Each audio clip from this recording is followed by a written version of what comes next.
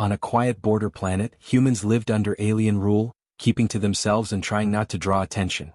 The planet was called Haven Ridge by humans, though the alien maps used another name that few humans could pronounce. The land was wide and dry, filled with rocky fields, low hills, and thin grass that bent under cold winds. Human homes stood close together near the center of the settlement, built from metal and stone, simple and strong. People worked, rested, and lived carefully, always aware that this world was not truly theirs. The alien rulers rarely visited the human settlement, but their presence was always felt. Tall towers stood on the hills beyond, watching silently. Patrol ships crossed the sky at regular times, casting long shadows over the ground. Humans were allowed to stay as long as they followed the rules. The most important rule was simple and repeated often: stay away from aliens. No talking. No helping. No questions. Ethan Cole had heard this rule his whole life. Ethan was 14 years old, thin and quick, with short brown hair and curious eyes. He lived with his mother in a small home near the edge of the settlement. His father had been lost years ago in an accident far from Haven Ridge. Since then, Ethan learned to take care of himself. He did his chores, helped neighbors when asked, and stayed out of trouble. Still, his mind often wandered beyond the fences and warning signs. After finishing his work each day, Ethan liked to explore the rocky fields outside the settlement. He never went too far, just far enough to feel space and quiet. The rocks formed strange shapes, worn smooth by time and wind. Some looked like sleeping animals. Others looked like broken towers. Ethan liked to imagine stories about them while walking alone. That evening, the sky was turning deep orange and purple as the sun began to set. The air was cool and the wind carried dust across the ground. Ethan walked slowly, kicking small stones and thinking about nothing in particular. He knew he should head back soon. Night was not safe on a border world. As he moved between two tall rocks, he heard a sound. It was soft and broken, like someone trying not to cry. Ethan froze. His heart beat faster. His first thought was to turn back. Humans were not supposed to be here after dark, and that sound did not belong to any animal he knew. He listened again. The sound came from behind a low ridge nearby. Every lesson he had learned told him to leave. Still, his feet moved forward. He climbed the ridge slowly and looked down into a shallow space between rocks. There, curled against the stone, was an alien girl. Ethan had seen aliens before, always from far away or through screens. This was different. She was smaller than he expected, about his age, with pale blue skin and dark markings along her arms. Her eyes were large and silver, filled with fear. One leg was bent at an odd angle, and dark fluid stained the ground beneath her. She looked up and gasped when she saw him. Ethan felt fear rush through him, sharp and cold. He took a step back without thinking. The rule echoed in his head. Stay away. The alien girl tried to move but cried out in pain. She pressed herself closer to the rock, her breathing fast and uneven. She raised one shaking hand, not in attack but in defense. Ethan stopped. She was hurt. Badly. He could see it clearly now. Her clothing was torn and her skin showed signs of burns and cuts. Whatever had happened to her, she had not come here by choice. She looked lost, alone, and terrified. Ethan's mind raced. If patrols found her, they would not ask questions. If humans found him with her, he could be punished. His mother had warned him many times. Helping an alien could bring trouble to everyone. The girl made another weak sound, her eyes never leaving his face. Ethan swallowed hard. I won't hurt you, he said quietly, though he did not know if she understood. Her eyes flicked to his mouth, then back to his eyes. She did not run. She could not. Ethan took a careful step forward. His hands were open and empty. His heart felt like it might break out of his chest. He had never been this close to an alien before. He noticed small details. The way her hands trembled. The way her chest rose and fell too fast. The fear was clear and it felt familiar. He had seen that fear before, in human eyes during storms and accidents. He knelt slowly a few steps away. You're hurt, he said softly. The girl made a small sound and nodded. Ethan looked at her leg again. He did not know alien medicine, but he knew pain. He pulled off his jacket and held it up, showing her what he was doing. He pointed to her leg, then to the jacket. She hesitated, then nodded again. Ethan moved closer, placing the jacket gently around her injured leg to slow the bleeding. She cried out softly but did not pull away. He worked as carefully as he could, his hands shaking. The sun dipped lower and the light faded. Ethan knew he should leave. He knew the risk. But as he looked at her face, twisted in pain and fear, he understood something simple and clear. If he walked away, she would die. The rule no longer mattered. He stayed. And in that quiet moment on a forgotten world, a single choice was made that would change far more than Ethan could ever imagine. The sound of engines cut through the quiet air like a warning cry. Ethan heard it first, a low hum growing louder by the second. He looked up from where he knelt beside Lyra and felt his chest tighten. Alien patrol ships. They always came fast and without mercy. Their shadows passed over the rocks, dark and sharp, sliding across the ground like claws. Lyra stiffened when she heard the sound. Her silver eyes widened with fear and she tried to pull herself back, though pain stopped her almost at once. Her breathing became fast and shallow. She knew what patrols meant. Ethan could see it in her face. "It's okay," he said softly, though he was not sure it was true. "Just stay still." The ships descended behind the ridge with a heavy thud. Dust rose into the air.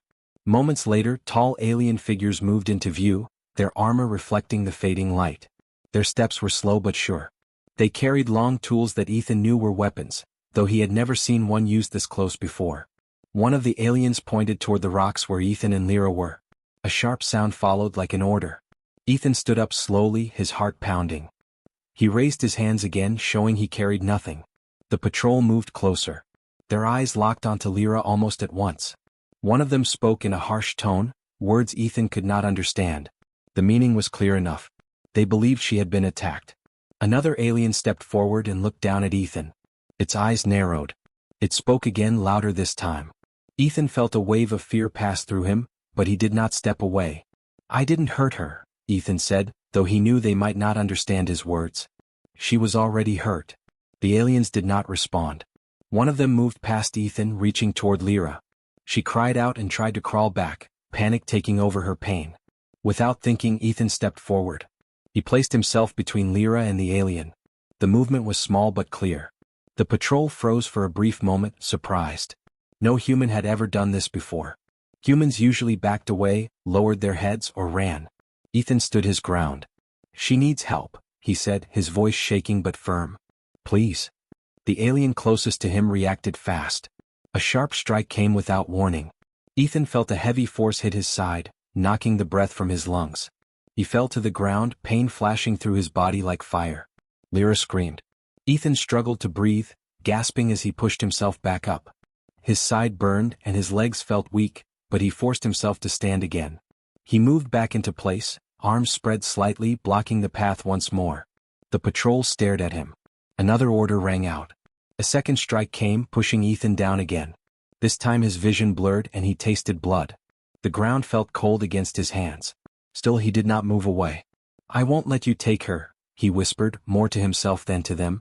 Nearby, a small group of humans had gathered at the edge of the ridge. They had seen the ships land and followed at a distance, fear pulling them forward. They watched in horror as Ethan stood again, clearly hurt, still refusing to move. Some covered their mouths. Others whispered his name. The aliens hesitated. This was not part of their training. Humans were weak. Humans obeyed. Humans did not stand in the way of patrol orders. Yet here was a human boy, injured and shaking, still protecting an alien who should have been nothing to him. Lyra reached out and grabbed the back of Ethan's shirt, holding on as if he were the only solid thing left in the world. Tears ran down her face. She spoke quickly in her own language, her voice broken and urgent. The patrol leader raised one hand, stopping the others. It stepped closer and looked down at Ethan. For the first time, it did not raise a weapon. Instead, it studied him, eyes scanning his injuries, his stance, and his refusal to fall back. The air felt heavy. No one moved. The leader turned its gaze to Lyra. She spoke again, slower now, pointing to Ethan and then to her wounded leg. She pressed a hand to her chest, then gestured toward him as if trying to explain. The alien listened. The leader made a sharp sound and tapped a device on its arm. A signal was set. Ethan did not know to whom, but he felt something shift. The tension changed, pulling tight in a new way. Medical drones arrived soon after, hovering carefully as they scanned Lyra. One moved toward Ethan as well, shining a soft light over his side and head. He flinched but did not pull away. The patrol leader stepped back. Humans and aliens alike watched in stunned silence. Word of the incident spread quickly. Messages moved through alien systems and human networks. A human boy had protected an alien. A human boy had been injured for it. No one had seen such a thing before. As Ethan finally sank to his knees, exhaustion taking over, he felt Lyra's grip tighten. He stayed upright just long enough to make sure she was being helped. Then the world went quiet. Ethan woke slowly, his body heavy and sore. Light filled the space around him, soft and pale. He lay on a smooth surface that felt warm, not like any bed he knew. For a moment, fear returned, sharp and fast, but it eased when he remembered what had happened. Lyra. The patrol. The pain. He tried to move, then stopped as his side protested. He breathed carefully and looked around. He was not alone. Lyra lay on a similar surface nearby. Her leg was wrapped in clean banding that glowed faintly. Her eyes were closed and her breathing was calm. Machines hovered quietly above them, watching, measuring, waiting. Ethan felt relief wash over him. She was alive. That mattered more than anything else. The room was quiet but not empty. Beyond the soft light, tall shapes stood in still lines. Alien guards. Their presence pressed against the air, cold and watchful. Ethan's heart beat faster. He knew what came next. He knew how these things usually ended. Time passed without sound. Then the guards moved. Ethan and Lyra were lifted gently and carried through long halls made of stone and light. The space was vast, far larger than any human building he had ever seen. The walls curved upward, covered in markings that told stories he could not read. Every step echoed. Every movement felt final. They were brought into a wide chamber where many beings waited. Humans stood on one side, silent and tense. Their faces showed fear, worry, and helpless anger. Ethan recognized some from the settlement. His mother was there, her face pale, her hands shaking as she pressed them together. When she saw Ethan, her eyes filled with tears, but she did not cry out. She only nodded as if to tell him she was there. Across from the humans stood alien leaders, tall and still. At the center, raised above all others, sat the alien chief. The chief was older than any alien Ethan had seen before. His skin was darker, marked by deep lines that spoke of long years and heavy choices. His eyes were sharp but calm, glowing faintly as they took in the room. Power sat on him like weight, quiet and complete. The chamber fell silent. Ethan felt his legs tremble as he was guided forward. Lyra was brought beside him, supported but standing. The distance between them was small, and Ethan stayed close without thinking. His body still ached, but he stood straight. The chief spoke, his voice low and steady, carried through the room without effort. He spoke of law, of order, and of rules broken. Each word felt heavy. Humans lowered their heads, already expecting the worst. They had lived under this rule too long to hope for mercy. Ethan listened carefully, even when he did not understand every word. He felt the moment coming when he would be asked to speak. Fear tried to rise, but he held it down. He thought of Lyra alone among the rocks, afraid and bleeding. The memory steadied him. At last, the chief turned his gaze to Ethan. "You acted without command," the chief said. "You interfered with patrol duty. Explain." Ethan swallowed. His mouth felt dry, but his voice came out clear. "She was hurt," he said simply. "She needed help." A soft murmur moved through the chamber. The chief watched him closely. "You are human," the chief said. "You owed her nothing." Ethan nodded. "I know." "Why act?" Ethan did not look away. "Because leaving her felt wrong." The words were plain, without drama. They were not meant to impress. They were simply true. Silence followed. The chief turned his gaze to Lyra. She stood taller now, though pain still touched her face. She spoke slowly, choosing her words with care. She told the council how she had been injured, how she had been left behind, how fear had taken hold. She spoke of seeing Ethan, of expecting harm, of feeling shock when help came instead. "He protected me," she said. "Even when he was hurt.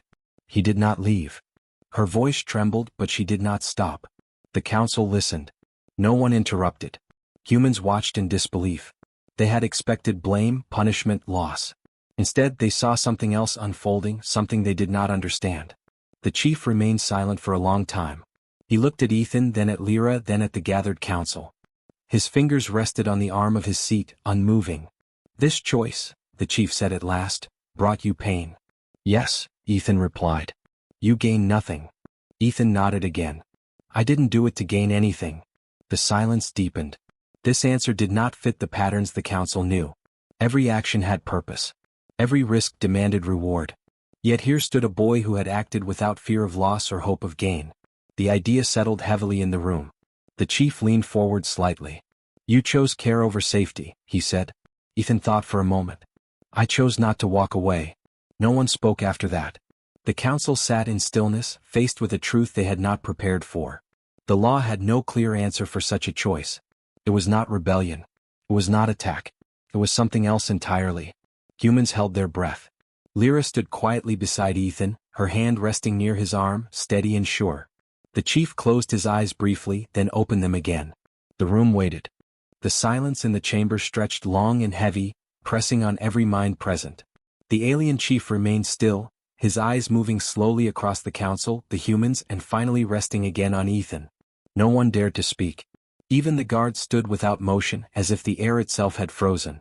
This was not how judgment usually unfolded. There was no anger, no raised voices, no quick decision. Only thought. At last the chief stood. The movement alone sent a quiet shock through the chamber. He rarely rose during judgment. When he did, it meant the matter reached beyond simple law.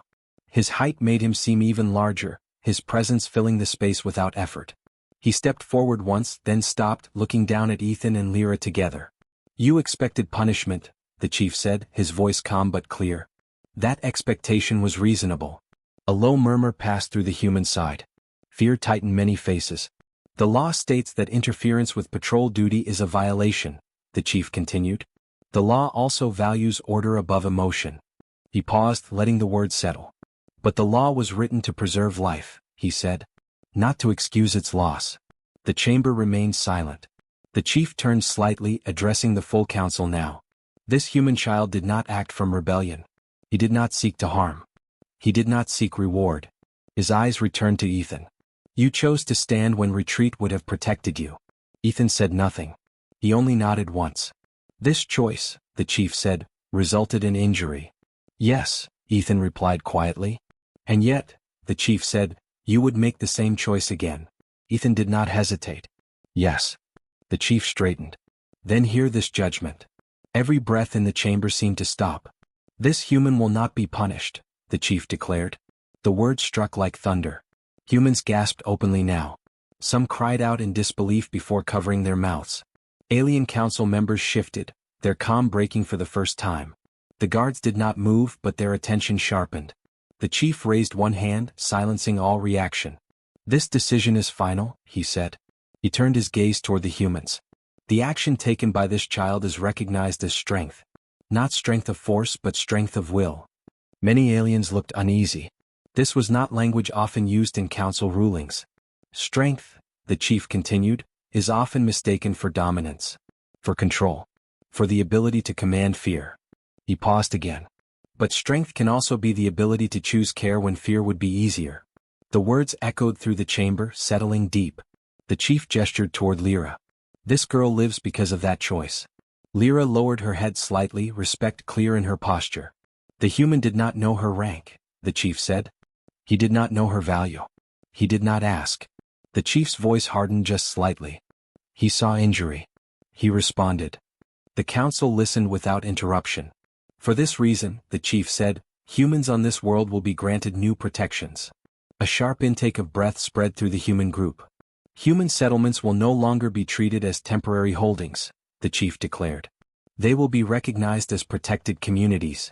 Whispers spread like wildfire. "Alien patrols will no longer act without human liaison," the chief added. "Cooperation will replace distance." Several council members exchanged looks, surprise and concern mixing across their faces. "This decision is not weakness," the chief said firmly. "It is balance." He turned slightly, addressing both sides now. "Cooperation between species will begin here. On this border world." No one spoke. The meaning was too large. The chief looked again at Ethan. "You acted without command. You accepted harm without demand." He inclined his head just slightly. "That is true strength." The motion stunned the chamber more than any shout could have. Humans stared. Some dropped to their knees, overcome. Ethan's mother covered her face, tears streaming freely now. Ethan himself felt numb. He had not expected this. He had not hoped for it. He only knew that something heavy had lifted, replaced by something fragile and new. Lyra stepped closer to him, her voice steady as she spoke. "I will remember this," she said. The chief nodded once to her. "This council will remember as well," he said. He turned and returned to his seat. "Let this ruling be recorded. Let it be known." The guards relaxed slightly, tension easing. The chamber slowly filled with sound again, quiet voices rising in confusion, wonder, and fear. History had shifted without warning. Ethan felt his legs weaken as the moment caught up to him. He did not fall. He stayed standing, supported by the presence of those beside him. The chief watched one last time before signaling the session closed. The future had changed. Ethan recovered quietly in a small medical room near the human settlement. The walls were plain, the light soft, and the air calm. He spent many days resting, letting his body heal slowly. His side still hurt when he moved too fast, but each morning the pain faded a little more. He did not complain. He was simply glad to wake up and see the sky through the window. His mother sat with him often. Sometimes they spoke. Sometimes they sat in silence, holding hands. She never asked why he had done what he did. She already knew. She had raised him to care even when caring was hard. That was enough. Word of the chief's decision spread through the settlement, but there were no celebrations. Humans were careful people. They had learned not to trust change too quickly. Still, something felt different. Patrols passed without stopping. Alien guards spoke calmly instead of sharply. Human leaders were invited to meetings instead of summoned. These small changes carried more meaning than loud promises ever could. When Ethan was strong enough to walk outside, he returned to the rocky fields near Haven Ridge. The land looked the same as before. Stones still rested where they always had. Wind still carried dust across the ground. Yet Ethan felt as if he were seeing it for the first time. The world felt wider, less closed in. He did not think of himself as special. When people thanked him, he grew quiet and uncomfortable. He told them he had only done what anyone should do. Some nodded. Some looked away unsure. Change takes time to settle in human hearts. Lyra returned to her people once her injuries healed. She left Haven Ridge aboard a small ship, standing tall despite the marks left behind. She did not leave in fear. She left with purpose. Before she went, she found Ethan one last time. "You showed me something," she told him. Ethan shook his head. "I just helped." "That is what I mean," Lyra replied. She returned to her world carrying more than memory. She carried a question that would not leave her. If a human child could choose care over safety, what else had her people misunderstood? Among her own kind, Lyra spoke openly of what had happened. Some listened with interest. Others dismissed her words. But the story spread. It reached elders, teachers, and future leaders. Slowly, the image of humans shifted from weak and fearful to something harder to define. From her high seat among the stars, the chief watched both worlds carefully. He did not interfere unless needed. He observed. He listened. He learned. The choice he had made did not bring chaos as some had feared. Instead, it brought caution, thought, and new paths. Trade routes adjusted. Shared patrols began. Communication improved. None of it was fast. None of it was easy. But it endured. Ethan returned fully to his simple life. He studied, worked, and helped where he could. Sometimes children asked him to tell the story. He always kept it short. He did not speak of pain or fear. He spoke only of seeing someone hurt and not walking away. Years passed. The border planet grew calmer. Humans and aliens still differed in many ways, but fear no longer ruled every meeting. Respect took its place, slowly and imperfectly. Ethan grew older. He never sought power or position. His name appeared in records, then faded into quiet memory. That was enough. Both worlds remembered the moment when a choice was made without reward or command. They remembered how strength had shown itself without weapons. And they carried that lesson forward, shaping a future built not on fear but on care.